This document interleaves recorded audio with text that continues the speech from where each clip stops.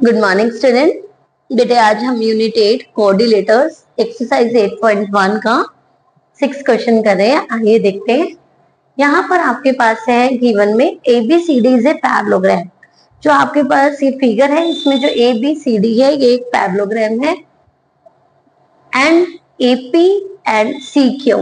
जो AP और CQ है, ठीक है, आर परपेंडिकुलर, वो परपेंडिकुलर है कहां से? From vertices A and C on diagonal BD। Diagonal BD पर ये परपेंडिकुलर है। तो आपने शो करनी है triangle APB congruent triangle CQD और आपने AP इक्वल टू CQ दिखाना है। तो आइए करते हैं। तो सॉल्यूशन में बेटा हमें जो ट्रायंगल्स कॉन्ग्रुएंट प्रूव करनी है उन्हें पिक कर ले। Triangle APB and triangle CQD, ठीक है। तो यहां पर बेटे हम लिखेंगे AB is equal to CD। और इसे हम ऐसा क्यों लिख रहे हैं? Side of parallelogram, opposite side of parallelogram, opposite side of parallelogram, क्योंकि अपोजिट साइड ये पैरेलल होती है और हम इन्हें इक्वल भी लिख सकते हैं। सेकेंड हम लिखेंगे angle P is equal to angle Q is equal to 90 degree. ये आपको गिवन है। साथ में देखिए APB है तो हम ये वाला एंगल, ठीक है, और ये वाला एंगल, हाँ जी, हम लेंगे angle ABP is equal to angle CDQ। ये हम लेंगे अल्टरनेटिव इंटीरियर एंगल। ऐसा क्यों होगा? ये दोनों साइड्स आपकी पैरेलल है, ये ट्रांसवर्सल लाइन है, तो ये एंगल आपके पास अल्टरनेटिव इंटीरियर एंगल की वजह से इक्वल हो जाएंगे। तो आपके पास ट्रायंगल APB कॉन्ग्रुएंट होंगी ट्रायंगल CQD। हम इसे लिखेंगे यस एंगल एंगल साइड, ठीक है। एंगल एंगल साइड रूल आपके पास, ये आपके पास कॉन्ग्रुएंट हो जाएगी। नेक्स्ट आपके पास पार्ट है AP is equal to CQ, जो कि आप CPCT से दिखा सकते हैं, क्योंकि AP आपका इस ट्रायंगल का पार्ट है और CQ आपके पास इस ट्रायंगल का पार्ट है। बहुत इजीली हमने क्वेश्चन को सॉल्व कर लिया। आगे बढ़ते हैं सेकंड नेक्स्ट क्वेश्चन पे। हाँ जी स्टूडेंट, बढ़ते हैं नेक्स्ट क्वेश्चन की तरफ। ABCD is a trapezium in which AB parallel CD and AD is equal to BC। यहाँ पर अब आपको ट्रैपेजियम दिया हुआ है। ट्रैपेजियम क्या होता है कि पैरेललोग्राम में आपके अपोजिट साइड्स जो होती है, दोनों जो पेयर्स होते हैं वो पैरेलल होते हैं। जैसे कि ये इसके पैरेलल हुआ और ये इसके पैरेलल हुआ। पर ट्रैपेजियम में क्या होता है कि कोई एक पेयर ही पैरेलल होता है, तो अपोजिट दोनों पेयर्स पैरेलल नहीं होते हैं। तो यहाँ पर उसने आपको दिया है AB parallel CD and AD is equal to BC। Okay, ध्यान रखिएगा। और आपने शो करना है angle A is equal to angle B, angle C is equal to angle D, triangle ABC congruent triangle BAD and diagonal AC is equal to diagonal BD।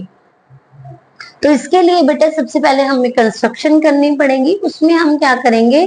Reduce AB को हम आगे बढ़ा रहे हैं and draw a line through C, और C से हमने एक लाइन को ड्रॉ करना है पैरेलल टू AD, जो किसके पैरेलल होगी? AD के पैरेलल होगी। विच इंटरसेक्ट, जो कि इंटरसेक्ट करती है प्रोड्यूस्ड AB को E को, ठीक है। ये चीज हमने कंस्ट्रक्ट कर लेनी है। अब हमने इक्वल करना है angle A is equal to angle B। तो इसको हम कैसे प्रूव करेंगे? तो ध्यान से देखिएगा, हमने लिया है AECD। हम AECD एक कोऑर्डिनेटर उठा रहे हैं। उसमें हम कह रहे हैं कि जो AE है, जो ये AE है वो पैरेलल है किसके? DC के। हमने इसको ऐसे एक्सटेंड किया है बाय कंस्ट्रक्शन, ठीक है। इसको इस तरह से हम एक्सटेंड करें कि जो ये आपकी ए होती है ये किसके पैरेलल आ जाएगी, सी डी के, ठीक है। और उसके बाद हमने लिया कि जो ये वाली लाइन थी, ठीक है ना, इसके साइड में हमने ये वाली लाइन एक और कंस्ट्रक्ट करी, है ना, और ये वाली जो लाइन थी वो किसके पैरेलल थी, एडी के पैरेलल थी। तो हमने क्या किया, इसे पैरेलल किसके ले लिया, इसके ले लिया, ठीक है। आप यहाँ पर दोनों में बाय कंस्ट्रक्शन लिख दें तो ज्यादा सही रहेगा,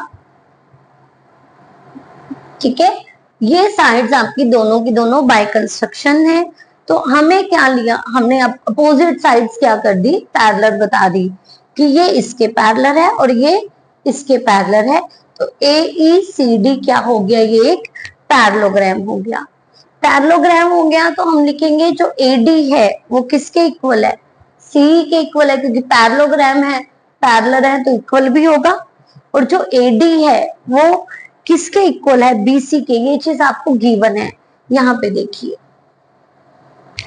हमने पैरेललोग्राम से ये इसके इक्वल ले ली, बट आपको गिवन है कि ये तो इसके इक्वल है, यस, यहाँ पे बाय गिवन, ठीक है। तो इससे हम क्या प्रूव कर सकते हैं, ये इक्वेशन फर्स्ट ले ली और ये सेकंड ले ली, इन दोनों से हमें क्या मिला कि जो CE है वो किसके इक्वल हो गया, BC के।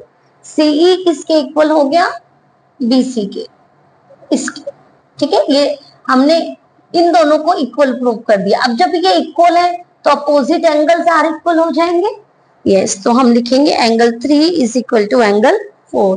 और ये क्यों है, क्योंकि साइड्स इक्वल है तो उनके अपोजिट एंगल क्या हो जाएंगे, इक्वल हो जाएंगे। अब हम यहाँ पर देखिए क्या ले रहे हैं, अब हम ले रहे हैं कि जो एंगल 2 और 3 है ये 180 डिग्री का है, किस वजह से है, लीनियर पेयर की वजह से है। और ये एंगल 1 और इक्वल टू एंगल 4 है, ये क्यों इक्वल है, क्योंकि ये आपके पास पैरेलल साइड है, ये ट्रांसवर्सल लाइन हो गई, तो आपके पास on the same side of the transversal line. तो हमने लिखा कि 2 plus angle 3 is equal to 180 linear pair, 1 plus 4 180 on the same side of the transversal line. Comparison करते हैं बेटा जी, तो हमें क्या मिलता है, angle 2 plus angle 3 is equal to मिल जाता है angle 4 plus angle 1 plus angle 4, ठीक है। देखिए हम लिखेंगे angle 2 plus angle 3 is equal to angle 1 plus angle 4, ये बाय कंपैरिजन, ठीक है, फ्रॉम फोर्थ एंड फिफ्थ, ठीक है। तो यहां पर अब हम लिखेंगे, देखिए 3 हमारे पास 4 के इक्वल है, तो हमारे पास 2 इज इक्वल टू 1 हो जाएगा, है ना, क्या हो जाएगा, 2 इज इक्वल टू 1 हो जाएगा। It means 2 is equal to 1 means कि A इज इक्वल टू किसके हो जाएगा, B के हो जाएगा। और यही हमें क्या करना था, फर्स्ट पार्ट में प्रूव करना था, ठीक है। ध्यान से समझिएगा कि जैसे ही हमने कंपैरिजन किया तो हम लिखेंगे angle 2 plus angle 3 equal to angle 1 plus angle 4, ठीक है। अब आपने ध्यान देना है कि यहां पर ये आपके पास नेक्स्ट स्टेप है, देखिए यहां पर कंपैरिजन कीजिए, 3 इज इक्वल टू 4 है, यस और नो, तो हम क्या लिख सकते हैं, 2 इज इक्वल टू 1 लिख सकते हैं, यस। और जैसे ही 2 इज इक्वल टू 1 आता है तो हम लिख देते हैं angle A is equal to angle B, ठीक है। अब हमें प्रूव करना है angle C is equal to angle D के, angle C is equal to angle D। तो इसे हमने क्या लिया, हमने लिया ABCD is a trapezium and AB parallel CD, ठीक है। तो हमने लिखा कि जो एंगल 1 है और प्लस एंगल D है ये कितने डिग्री का है, 180 का।